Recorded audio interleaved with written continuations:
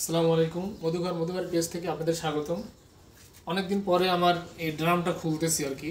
মানে এই ড্রামে সরিষা ফুলের জমা মধু রয়েছে। জমা মধুটা খুব কম মানুষ অর্ডার করে। যারা এর স্বাদ জানে, এটা লোভে যারাই পড়ছে, এই জমা মধুর প্রেম ভালোবাসায় যারাই পড়ছে তারাই শুধুমাত্র। আর এইটা খুবই রেয়ার, খুবই কম মানুষ, খুব কম পার্সেন্ট মানুষ এটার স্বাদ জানে। আর অনেকে জমা মধু মানেই ভেজাল মধু মনে করে। আসলে তাদেরকে বোঝানোর মতো ক্ষমতা আমার নাই। তো যাই হোক, আপনারা আর একটু যদি ইউটিউবের ভিডিও অথবা গুগল সার্চ দিয়ে দেখে নিতে পারেন, তাহলে আপনারা মধু সম্পর্কে আরও ধারণা আসবে। যাই হোক, এটা সরিষা ফুলের জমা মধু এক ড্রাম ছিল। সেখান থেকে এখানে কত ছিল দেখি ক্যামেরা, এটাই ছিল, এই ড্রামে ছিল হলো মধু ছিল 51.7, মানে 51 কেজি 700 গ্রাম মধু ছিল। তো এটা অনেকটাই বিক্রি হয়ে গেছে। হ্যাঁ, এখন দেখি কি পর্যায়ে আছে, দেখা যাবে এটা দিয়ে ক্যামেরাতে হয়তো ওইভাবে আসতেছে না, বোঝা যাবে না ভিতরে। এখন আমরা এটা ঢালবো, ঢাললে বোঝা যাবে।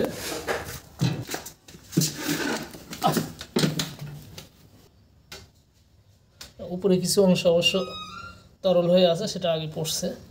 আর জমাটা মনে সহজে বের হতেই চাবে না, এরকম অবস্থা। দুঃখিত, আমি মনে হয় জমা মধুটা এইভাবে বের করতে পারবো না, হয় ঢোকটা কাটা লাগবে, তাহলে জমা মধুটা বের করতে পারবো, অথবা রোদের তাপে দিতে হবে, অথবা কোনোভাবে একটু তাপ দিলে তরলভাবে বের করতে পারবো। আর না হলে ঢোকটা কাটতে হবে, এইভাবে বের করা পসিবল হচ্ছে না এখন। দেখ, অনেক কষ্ট করে বের করতে হচ্ছে মধুটা, একবারে জমা হয়ে হালকা তাপ প্রয়োগ করতে হয়েছে, এরপরে মধুটা এইভাবে কষ্ট করে বের করতে হচ্ছে আর কি।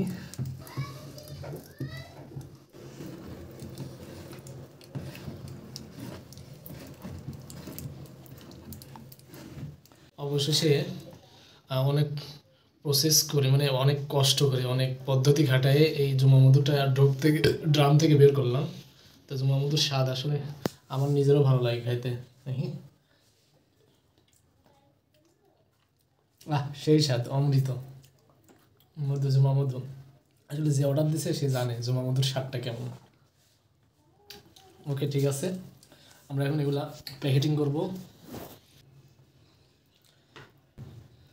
এই তো এইভাবে এখন এই প্রক্রিয়াতে, এই যে প্রক্রিয়াজাত করা হচ্ছে। তারপরে মানুষ এই জমা মধু দেখলে মনে করে যে এটা নকল মধু, চিনি দিয়ে বানানো। কারণ মধুটা জমে গেলেও যে মধু কণাগুলো অনেক হয়ে যায়, তো ঘন হয়ে যায়, দানা দানা হয়ে যায়, মানুষ মনে করে যে এটা চিনি মিশ্রিত করে, চিনি দিয়ে বানানো। আসলে আমি জানি না চিনি দিয়ে এইভাবে গুলা করার পরে এটা জমে যাবে কিনা শীতে। তো মধুর ক্ষেত্রে এরকম হয়। আসলে মধু সম্পর্কে যাদের গাঢ় ধারণা আছে, গভীর ধারণা আছে, তারা অবশ্যই জানে, তাদেরকে বুঝাইতে হয় না। আর জমা মধুর স্বাদই আলাদা, টোটালি ভিন্ন। তরল মধুর থেকে জমা মধুর স্বাদটা টোটালি ভিন্ন।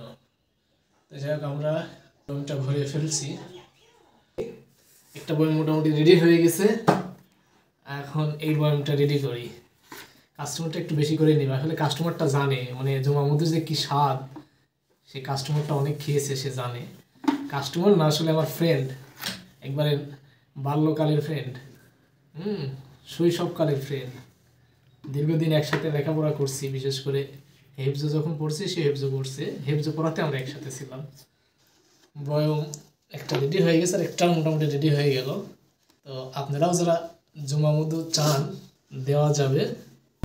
খুব কম, এটা খুব কম মানুষ অর্ডার করে।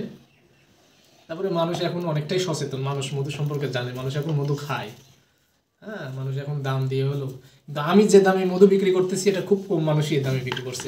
মার্কেটে, বাজারে এখন 1000 টাকা কেজি, 2000 টাকা কেজিও আছে। ঘরেরবাজার.com থেকে 1 কেজি মধু নিতে হলে আপনাকে 2000 টাকা পে করতে হবে। একদম খাঁটি মধু। আমার এখানে বর্তমান এইবার করে, এই বছরে 2024-এর শেষ নাগাদে আমাদের মধু, এটা 24-এর মধুই ছিল, আমরা এটা 400 করে বিক্রি করতেছি। 25-এর যে নতুন মধু আমরা সংগ্রহ করব, 25 সাল থেকে, 25-এর এই মধু আমরা, যদি এখন 25 সাল চলছে, কিন্তু মধুটা 24-এর, তো 25-এর যে নতুন মধুটা আসবে এটা আমরা 500 টাকা কেজি বাজারে ইনশাল্লাহ দিব, এর কমে আর দেওয়া যাচ্ছে না, কারণ মধুর বাজারও অনেক বেড়ে গিয়েছে।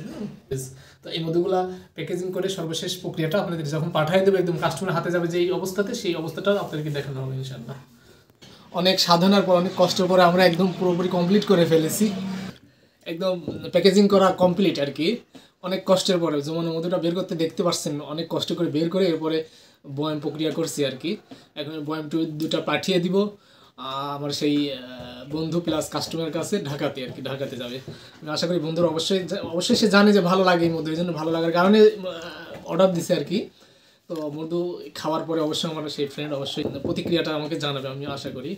তো যাই হোক, আমাদের এই যে মধুবাড়ি মধুঘর পেজের লেভেল আছে আর কি, এখানে কোরআন হাদিস থেকে মধু এবং মধু সম্পর্কে কি কি কোরআনে এবং হাদিসে বর্ণিত আছে সেগুলো উল্লেখ করা আছে, প্লাস আমাদের অ্যাড্রেস দেওয়া আছে, নাম্বার দেওয়া আছে।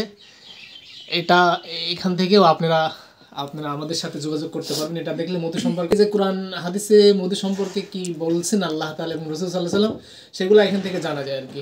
তো আপনারাও যারা এরকম জমা মধু বা যে কোনো তরল মধু বা যে কোনো ফুলের মধু একদম মানে 100% নিশ্চয়তার সাথে একদম খাঁটি মধু পাবেন ইনশাআল্লাহ, আমাদের পেজের ইনবক্সে অথবা আমাদের পেজের কমেন্ট সেকশনে অথবা আমাদের দেওয়া নাম্বারে যোগাযোগ করলে, অনলাইন অফলাইন যেখানে যোগাযোগ করেন, আপনাদের নাম ঠিকানা দিয়ে দিলে ইনশাআল্লাহ আপনার ঘর দুয়ারে আমাদের পণ্য আমাদের মধু পৌঁছায় যাবে। তো আজকে এখানে রাখছি, খোদা হাফেজ।